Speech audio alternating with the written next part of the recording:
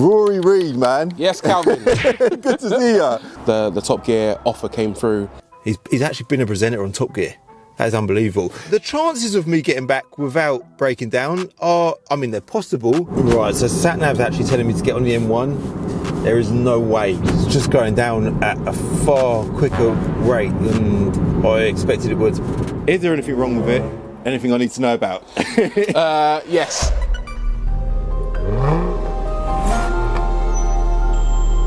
Cheers for coming down.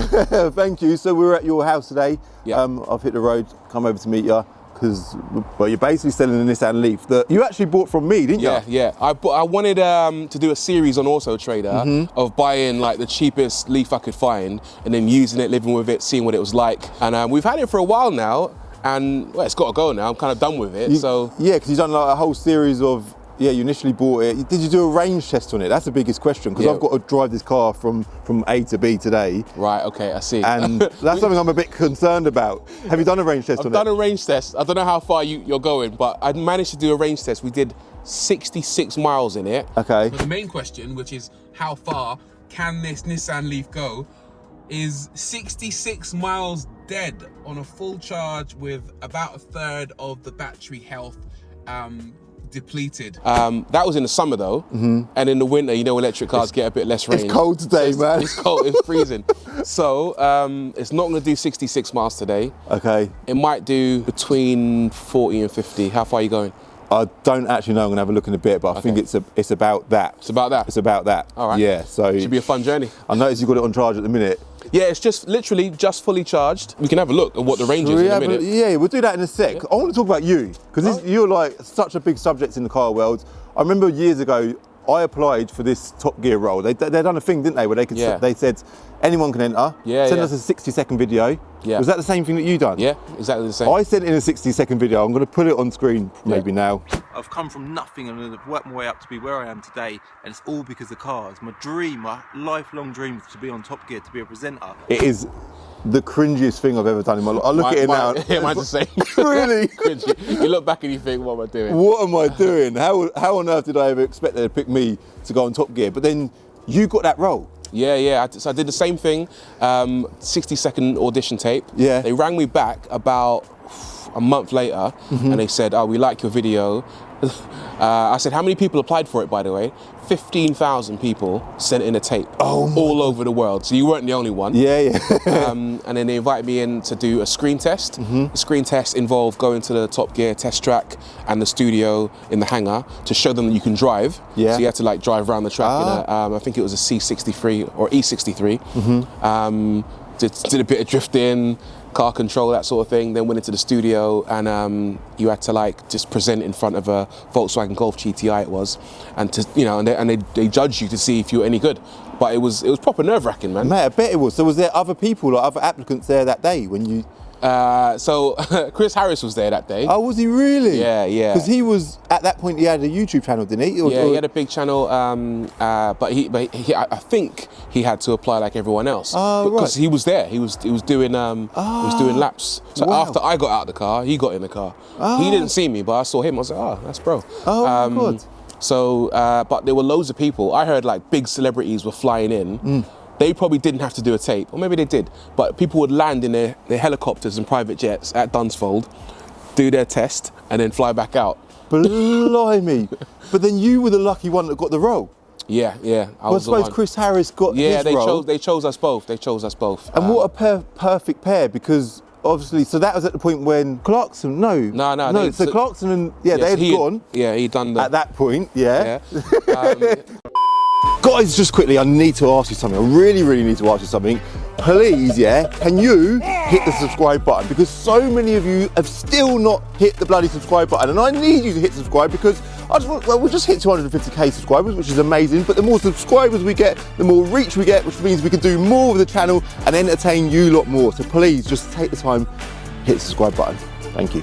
Clarkson being a naughty boy, like normal, isn't it? They never renewed his contract. He left. And then they needed a whole new team. So that was with Chris Evans, me, Chris Harris, Matt LeBlanc from Friends, of course. Joey from Friends, Sabine Schmitz, Eddie Jordan and a Stig. That was the first season. Then the next season, it was me, Chris Harris, and Joey.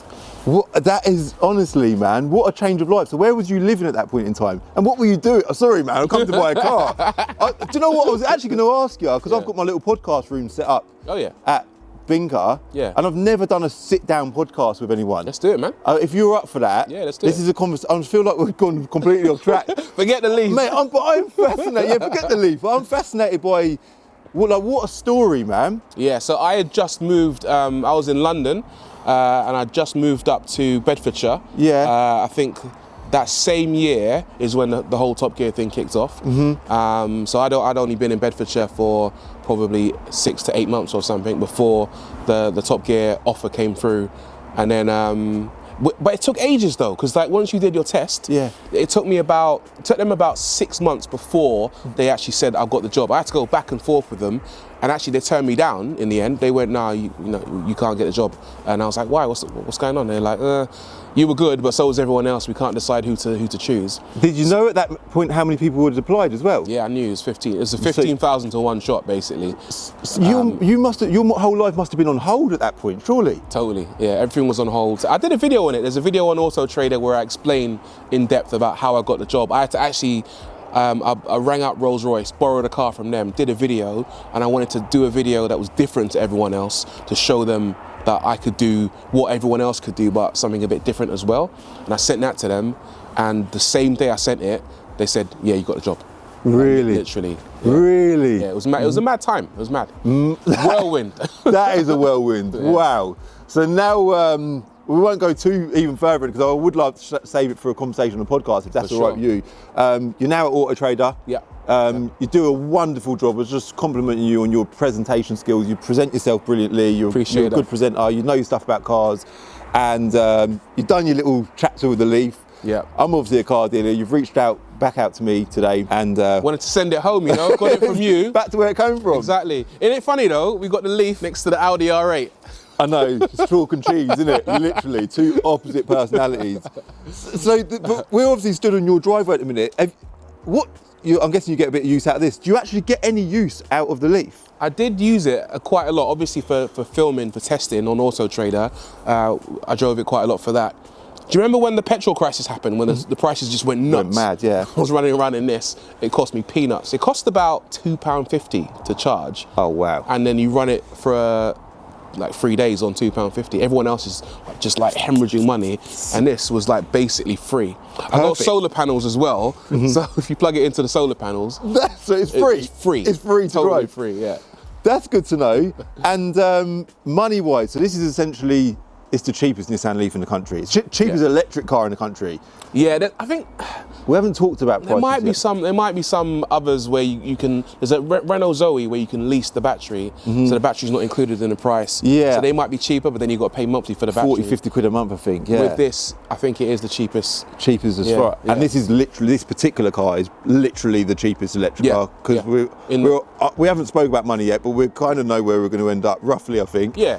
And we both use Auto Trader to value our cars because it's the go-to place to value a car. Exactly. That'll guide us about where we should land, and then we'll have a little arm wrestle. Yeah, flip a coin. Yeah. Okay, so let's look at what range we've got on the full charge. I think that's important. Yeah. All right. I got. And then we'll talk about price after. Yeah. Okay, mate. Cool. 58.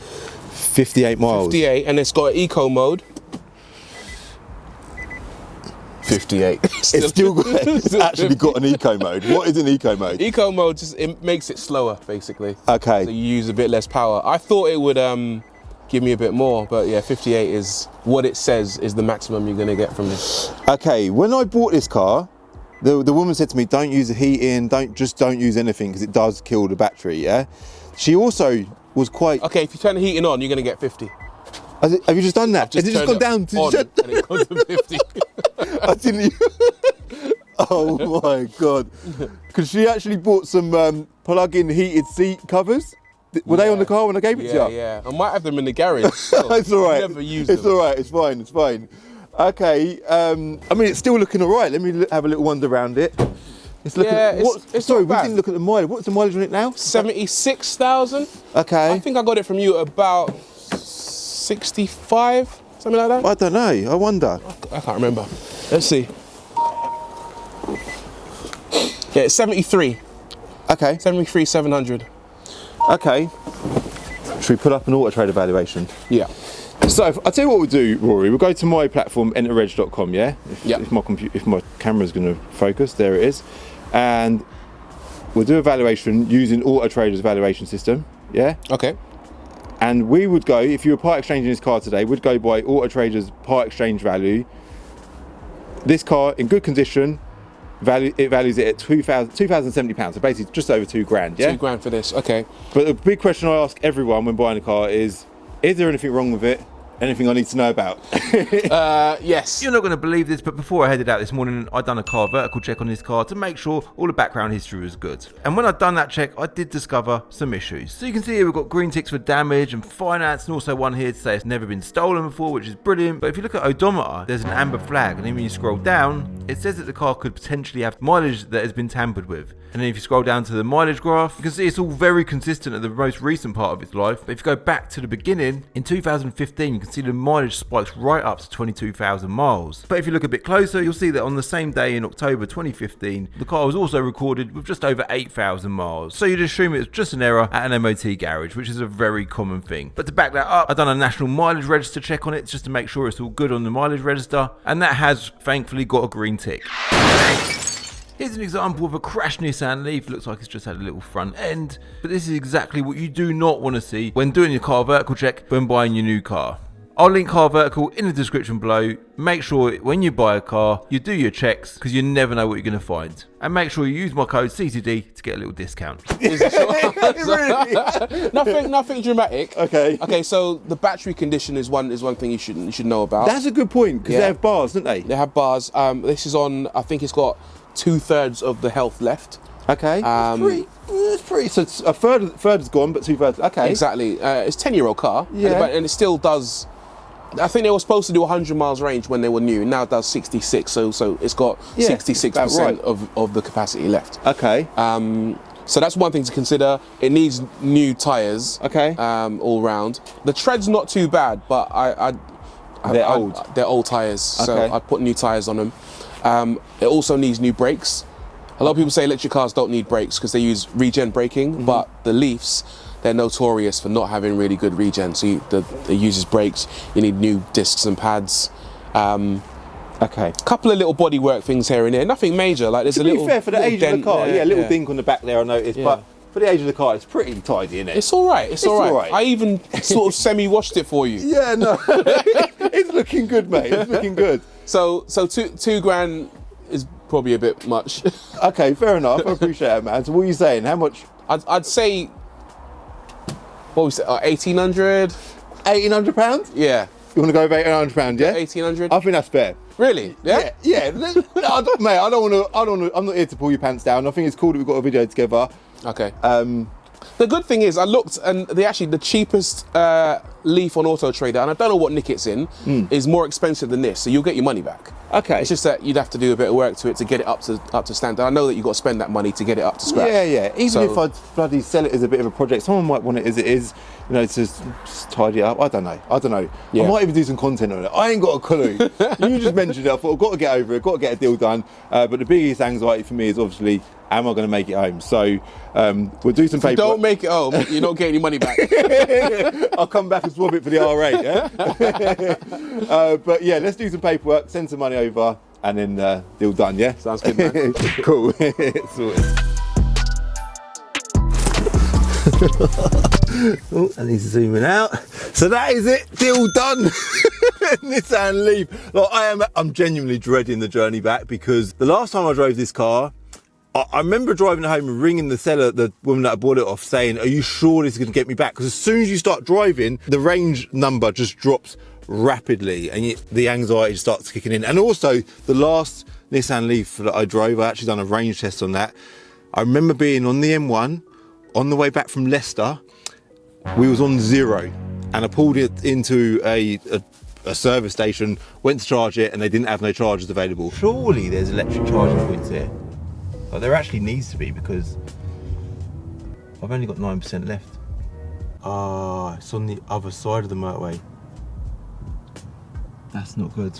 So I had to get back on the M1, and it was just the most stressful time ever that I've ever had in a car. So I'm not the biggest electric car fan, but this is the cheapest electric car in the country. Big shout out to Rory, by the way. What a cool guy. What a story as well. Like, what an amazing story that he's actually been a presenter on Top Gear. That is unbelievable. Anyway, so I've been advised to not use any heating. It is about 3 degrees outside. It's freezing. So let's give it a shot. Okay, so we're showing 58 miles, which I know is generally an exaggerated figure in an electric. In most cars it is. And the distance back is 49 miles. So the chances of me getting back without breaking down are, I mean, they're possible, but I'm not feeling too confident because we've got temperature to consider, we've got age of batteries to consider, we've got reality to consider as well. So let's just get the seatbelt on and get it done. Just got done by a Fiesta. It is freezing in here. I am not putting the heating on. There's no way. I want to put the heating on. This is torture, but it is. I should have took the heated seat cover. I'm saying that, maybe that wasn't a good idea. But one thing that's quite interesting is they've done a range test in this car at Millbrook, on the big circular part of Millbrook, where they just flatted the throttle to see how many miles it would travel on full throttle on a full charge, and he got 25 miles out of it.